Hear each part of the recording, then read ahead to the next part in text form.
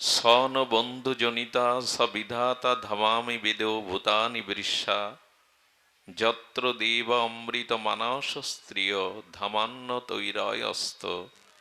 বিশেষ করে এই ভজন পথে, ভক্তি পথে ভগবানই যে আমার সর্বেশ্বর, এই উপলব্ধি প্রগতিশীল সাধকের আশা চায়। কেহ যেন মোহগ্রস্ত হয়ে এই অনুভূতিতে না আসে যে অমুকজন ছাড়া আমার ভজন হবে না, অমুকজন আমার সাথী না হলে, কেউ আমাকে সহায়তা না করলে, আমার সাথী কেউ না থাকলে আমার ভজন হবে না। এই উপলব্ধিতে কোনো সাধক প্রগতিশীল ব্যক্তি যেন না মনে করে। কারণ নিজের কল্যাণ, নিজের আত্ম উদ্ধার, ভগবত প্রাপ্তির জন্য অন্য কারো কাছে এই জাতীয় আসক্তি বা মোহ রাখা উচিত নয়। আমরা আমাদের মন প্রাণ কোথাও আসক্তিবশত মনে করি সে না হলে, সে সাথে না থাকলে আমি চলতে পারবো। কিন্তু ভগবান বলছেন আমি তোমার গতি, আমি তোমার ভর্তা, আমি তোমার প্রভু, আমি তোমার সাক্ষী, আমি তোমার নিবাস, আমি তোমার শরীর, আমি তোমার একমাত্র গতি, আমি তোমার একমাত্র আশ্রয়।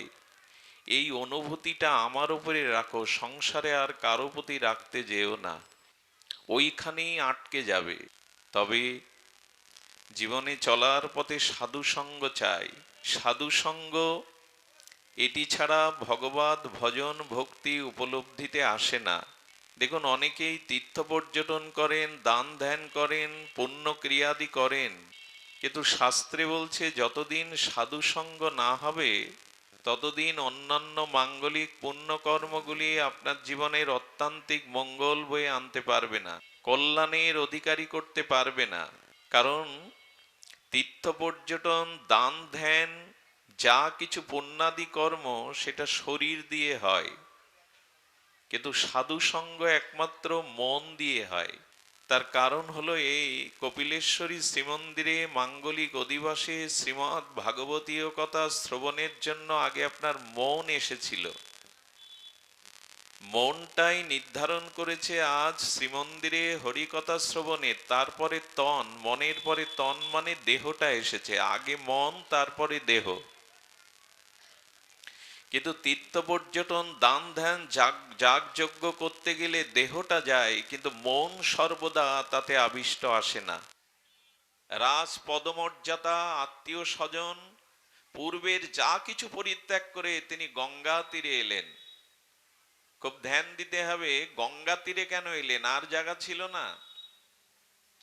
বলল মনটাকে ভগবানে আবিষ্ট করার জন্য ক্ষেত্র বা পরিবেশের প্রয়োজন।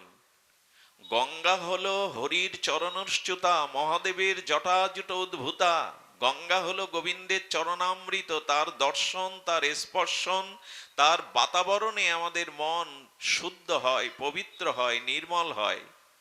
এই জন্য ভাগবতের জন্য চাই আগে পরিবেশ, যেখানে হরিকথার স্ফূর্তি হবে। তরঙ্গায়িত গঙ্গা স্রোতের ন্যায়, গঙ্গা যেমন তরঙ্গায়িত হয়ে সাগরে গিয়ে মেশে, তেমন শুদ্ধ পরিবেশের হরিকথার তরঙ্গ ওটা সাগরে যায়, এটা ভগবত করুণার সাগরে গিয়ে মেশে। জয় শ্রী রাধে। এই জন্য গঙ্গা বেছে নিলেন। আচ্ছা, পরীক্ষিত মহারাজের সাথে তার রাজ পরিবারের কেউ ছিল কি? ওখানে রাজ পরিবারের কেউ ছিল? বল, প্রগতিশীল ভক্তির পথে যদি চলতে চাও, কারো প্রতি আমার পুত্র পৌত্র এদের না হলে আমার চলবে না, এরাই আমার জীবন, এদের মুখ না দেখলে আমার দিন ভালো যাবে না, এই আসক্তি থাকলে সাধু সঙ্গে ভক্তিপথে বাধা হয়ে দাঁড়াবে। তবে হ্যাঁ, ব্যবহার সকলের সাথে করবে, পিতা মাতা ভ্রাতা কুটুম্ব আত্মীয় স্বজন প্রতিবেশী ব্যবহারিক জগতে তাদের সাথে সুব্যবহার করবে, এমন নয় তাদের দিকে তাকাবে না। সুব্যবহার সকলের কর্তব্য, কিন্তু এমন যেন না হয় যে ওকে ছাড়া আমার জীবন এক পাও চলবে না। এর নাম মোহ, এর নাম আসক্তি, এটা যেন না জড়ায়। এই জন্য ভগবানকে লাভ করার পথে, ত্যাগ বৈরাগ্যের পথে তিনি একা এলেন। পূর্বের সমস্ত উপাধি পরিত্যাগ করলেন, চক্রবর্তী সম্রাট সুখভোগ পরিত্যাগ করে গঙ্গায় ডুব দিলেন। পতিত পাবনী সদ্য পাতক নাশিনী গঙ্গায় ডুব দিয়ে যেখানে হরিকথা শুনবেন বলে মন স্থির করেছেন, এটা হলো বটবৃক্ষের ছায়ায়। এর খুব তাত্ত্বিক ব্যাখ্যা করেছেন আমাদের ভাগবত আচার্যগণ। এই বটবৃক্ষ হলো ভগবান শঙ্করের প্রতীক, আর অশ্বত্থ হলো ভগবান বিষ্ণুর প্রতীক। এই জন্য বৈদিক সনাতন ধর্মে এই অশ্বত্থ বটকে এত বহুমানন করা হয়েছে, তাদের অর্চন আরতি পূজা করা হয়েছে। আর এই বটবৃক্ষের আরেকটি তত্ত্ব হলো ইনি বিশ্বাস রূপী। বটবৃক্ষ মানে বিশ্বাস।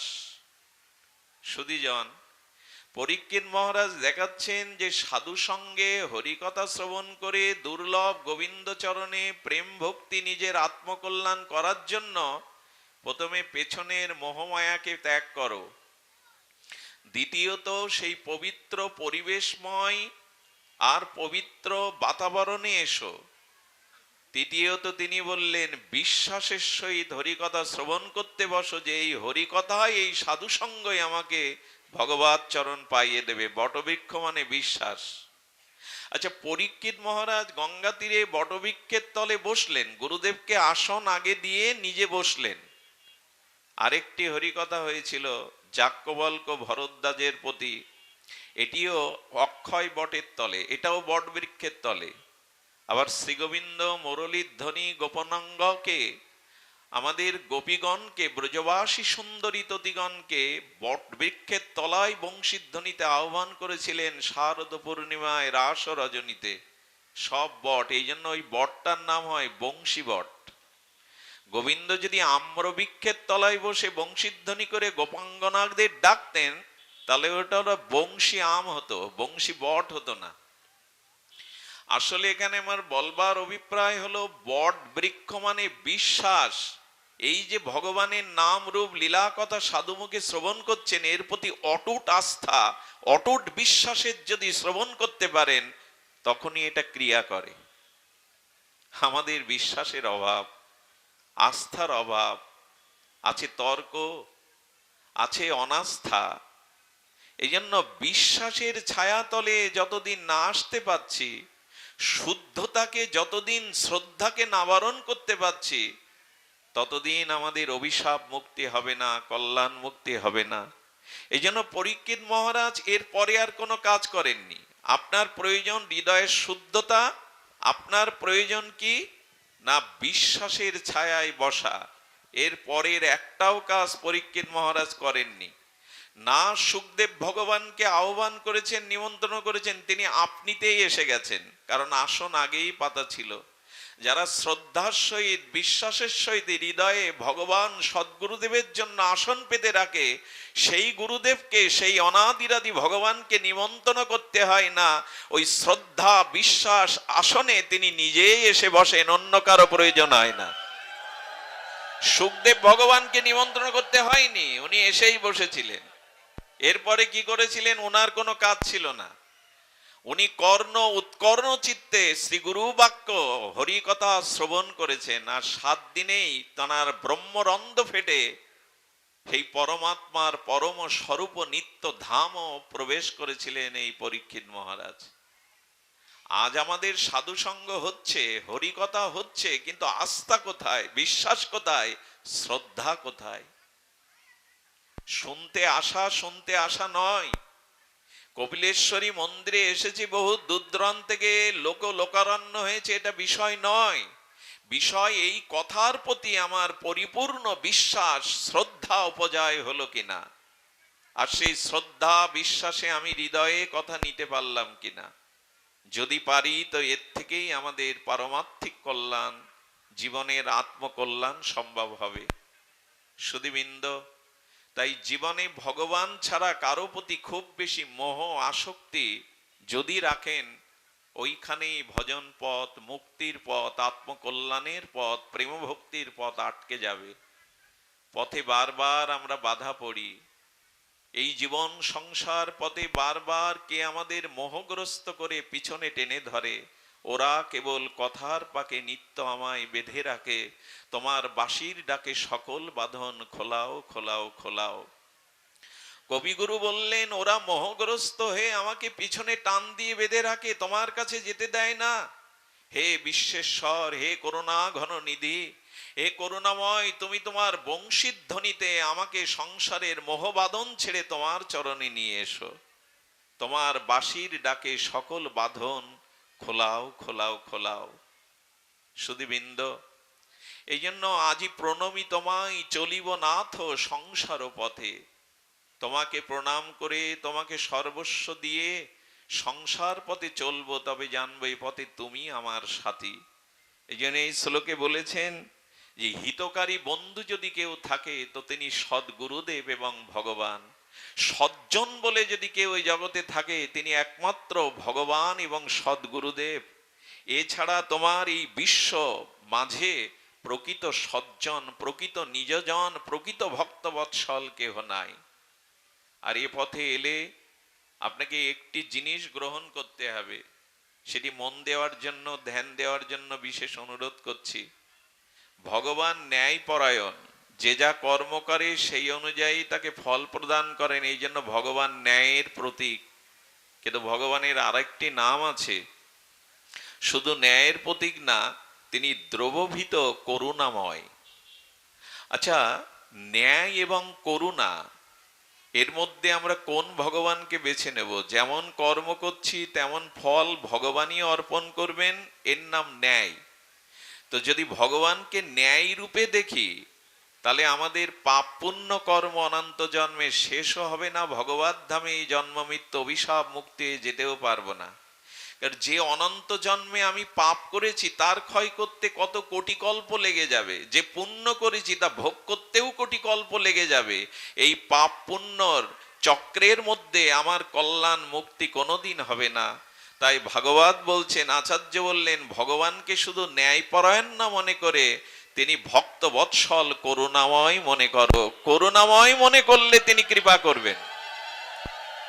শব্দটা বুঝতে হবে, হরিধ্বনি উলধ্বনি না, শব্দটা ধ্যান দিন। ভগবান শুধু ন্যায় বৎসল নয়, করুণাময় ভগবান। করুণা যদি তার না থাকতো তবে ন্যায় পরায়ণ হলে অনন্তকালও আমাদের মুক্তি আসতো না। ওই পাপ পুণ্য ভোগ করতে করতেই অনন্তকাল কেটে যেত। করুণা কখন আসে? বলে দ্রবভীত করতে। মিশ্রিটাও জাল দিলে না তরল হয়ে যায়, বরফটা স্বরূপত কিছুক্ষণ রাখলে জল হয়ে যায়, কারণ বরফের স্বরূপত জলই। কিছুক্ষণ শীতলী যোগে জমাট বেঁধে বরফ হয়েছিল, কিন্তু বরফের স্বরূপ তো শীতল জলই। তেমনি ভগবান করুণাময়, এই জন্য বলি ভগবান। তো ভগবান করুণাময়, বিগলিত, দ্রবীভূত কখন হবে? আহা, খুব মার্মিক কথা। দ্রবীভূত হবে কখন জানেন? ভক্ত হৃদয়ে যখন ভগবানের জন্য ব্যাকুলতা উৎকণ্ঠায় চোখের জলে হৃদয় সিক্ত হবে, তখন এই প্রেমময় প্রেমাশ্রুতে বিগলিত হৃদয়ের আর্তিতে উৎকণ্ঠায় ভগবান বিগলিত হয়ে যান। ভক্তের ভক্তি এবং প্রেমশ্রু দ্বারা ভগবান ন্যায়পরায়ণ, ভগবান বিগলিত করুণাময় হয়ে ওঠেন। কোন বস্তুকে ভেজাতে গেলে জলের প্রয়োজন কিনা? সাবান আর কাপড় দিয়ে ঘষলে পরিষ্কার হবে না, ওখানে জলের সংমিশ্রণ লাগবে। সাবান আর কাপড় ঘষুন, পরিষ্কার হবে কি? জলের প্রয়োজন। তেমনি কোনো বস্তুকে ভেজাতে গেলে, নরম করতে গেলে সেখানে জলের প্রয়োজন। তো সেই ন্যায় বৎসল বিচার পরায়ণ ভগবানকে দ্রবীভূত করতে গেলে আপনার হৃদয়ের ব্যথা, ব্যাকুলতা, উৎকণ্ঠা, চোখের জল চাই। তবে নাটক যেন এই পথে কেউ না করে আমার মতো। চোখের জল অভিনেতারাও আনতে পারে, নাটক সিনেমায়ও কাঁদাতে পারে, খবরদার। কপটতার চোখের জলে কিন্তু ভগবান দ্রবীভূত হবে না। লোক দেখানো নাটকের দ্বারা ভগবানকে দ্রবীভূত করা যায় না, সেটা সম্ভব নয়। এই জন্য ঘরে দৌড় দিয়ে তাকে না পাওয়ার বেদনায় যদি কখনো ক্রন্দন করতে পারেন, তাকে বিগলিত করতে পারেন, তখনই ভগবান তার সিংহাসন প্রকম্পিত হয়ে ওঠে। তিনি করুণার বারিধি হয়ে, করুণার ঝর্ণা ধারা হয়ে আপনাকে শীতলতা দিতে পারেন। যে ক্রন্দন কেঁদেছিলেন ঠাকুর রামকৃষ্ণ, মা দিন যে অবসান হলো, দেখা দিলি না। মেঝেতে মুখ ঘষতেন, রক্তাক্ত হচ্ছে ঠাকুরের মুখ। মীরাবাই সংসারের জন্য এক ফোঁটা চোখের জল ফেলেনি, তার গিরিধারীকে পাওয়ার জন্য সারাটা জীবন কেঁদেছেন। কেঁদেছেন আপামর চৈতন্য মহাপ্রভু। তার চোখের জলে বিগলিত চোখের প্রেমস্ত্র ধারায় খাল বয়ে গেছে, পাশের ভক্তগণ ভিজে গেছে তার অশ্রু ধারায়। এই ক্রন্দন যেন লোক দেখানো না হয়, আশার মাতানো না হয়, এটি হৃদয়ের। আসলে ক্রন্দন আসে কখন? ভগবানকে ভালো না বাসলে কারো জন্য চোখে জল আসে না। কপটা চোখের জল ফেলি যাকে ভালোবাসি না তার জন্য। দেখবেন কোন মায়ের যদি সন্তান মারা যায়, ওই শোকাহত মা হয়তো 3টে মাস 6টা মাস কাটিয়েছে, কেউ যদি কোনো নারী যদি কোনো মাতৃজাতি গিয়ে যদি তার সন্তানের নাম ধরে তার সামনে 2-3 বার উচ্চারণ করেন, সে কেঁদে ওঠে। ওই নাম বলাতে কাঁদে কেন? ওই নামের মধ্যে ওই সন্তানের বাৎসল্য স্নেহটা এখনো মাখানো আছে। প্রিয়জন হারায় গেলে, স্বামী হোক পুত্র হোক, 6 মাস পরে সেই পুত্র স্বামীর নাম তার সামনে বলবেন, দেখবেন ওই মা চোখে জল সজল হয়ে যাবে, প্রিয়জনের কথা মনে পড়ে। ভালো না বাসলে কারো জন্য চোখে জল আসে? ভালো না বাসলে তা কারো জন্য হৃদয় দ্রবীভূত হয়? তো ভগবানকে যখন আরতি, প্রেম, ভালোবাসা, অনুরাগ যাবে, তখন এই চোখের জলে ভগবান দ্রবীভূত মুক্ত হয়ে কি করবেন জানেন? অনন্ত কোটি জন্মের পাপ ওই বিগলিত করুণা ধারায় ধুয়ে দেবেন। ওইটা অনেক জন্ম লেগে যাবে, কল্প থেকে কল্পান্তরে চলে যাবে।